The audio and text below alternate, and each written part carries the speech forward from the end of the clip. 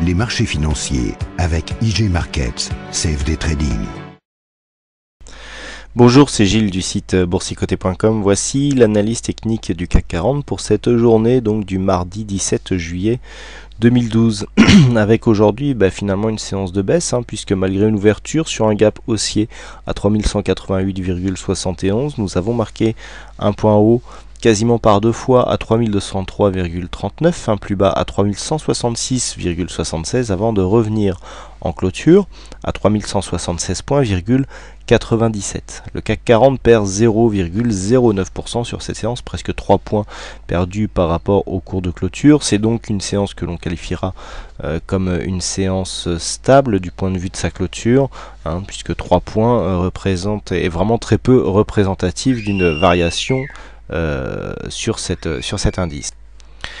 Au niveau des indicateurs, nous avons RSI qui continue donc sur sa lancée, toujours sur cette évolution ici portée par un support oblique haussier, donc toujours haussier pour le RSI. Le stochastique nous a donné un signal d'invalidation de phase baissière donc depuis hier, donc là on est plutôt en train de remonter. Évolution haussière aussi pour le stochastique avec des points bas ici qui sont toujours de plus en plus haut.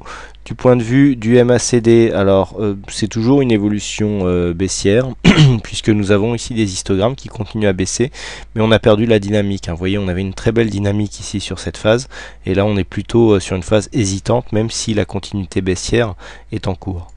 Du point de vue des volumes et de la volatilité, donc toujours en dessous de la moyenne, des volumes qui sont toujours ici sur cette phase relativement bas. Les vacances ne suffisent pas à expliquer ce manque donc d'intervention sur les marchés avec une volatilité qui remonte légèrement par rapport à ce que nous avions hier. Donc bon, du point de vue de la configuration chartiste, il n'y a pas grand chose de changé par rapport à ce que je vous disais hier. On est toujours dans un flux haussier très court terme qui nous est ici confirmé par la loi de Dow, qui nous dit que tant que les plus hauts et plus bas des bougies sont toujours de plus en plus hauts, et bien la tendance est haussière. Donc c'est ce que nous avons aujourd'hui, même si la clôture est très légèrement baissière. Alors ce qui est intéressant, c'est que techniquement on est arrivé à s'extirper aujourd'hui de cette zone ici cette zone de congestion juste sous les 3180. On avait du mal à sortir par le haut de cette zone. Alors on est bien sorti aujourd'hui. On a eu un gap baissier. Alors on a eu un gap haussier qui finalement a été refermé. Bon, on continue ici dans le flux haussier, mais cela prouve que on monte sur des mouvements quand même qui sont très peu dynamiques. Alors toutefois, ce n'était pas le point le plus important sur cette séance, puisque par deux fois nous sommes venus marquer des tests ici de cette zone des 3200-205 points. On a une zone ici à 3205 à casser pour vraiment valider ce rebond technique, et ce n'a pas été le cas, puisque par deux fois on est venu s'approcher ici de cette zone, et même le deuxième test s'est soldé par un large échec, donc puisque les cours sont redescendus sous les 3280 pour aller marquer le point bas.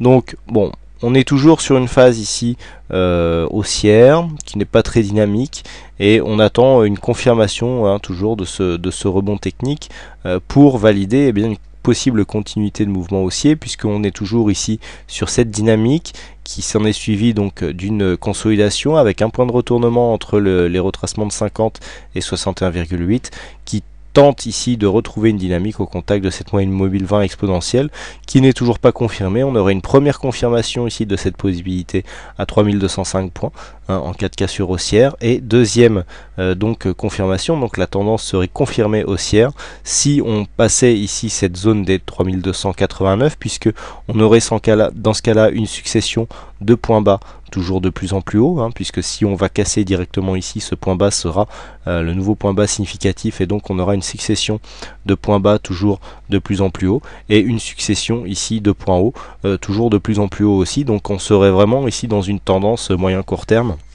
je dirais même moyen terme, orienté à la hausse, et ça serait donc assez intéressant pour la suite des événements. Voilà, donc peu de choses à rajouter sur cette analyse, peu d'éléments nouveaux.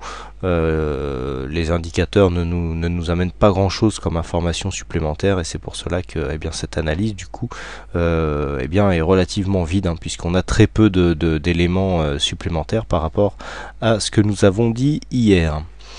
Donc aujourd'hui c'est Ascar qui a gagné au jeu du fixing, bravo à toi Marc, et puis quant à moi je vous souhaite à toutes et à tous une bonne soirée, bonne chance dans votre aide et je vous donne rendez-vous dès demain pour de prochaines analyses techniques en vidéo. Bonsoir à tous.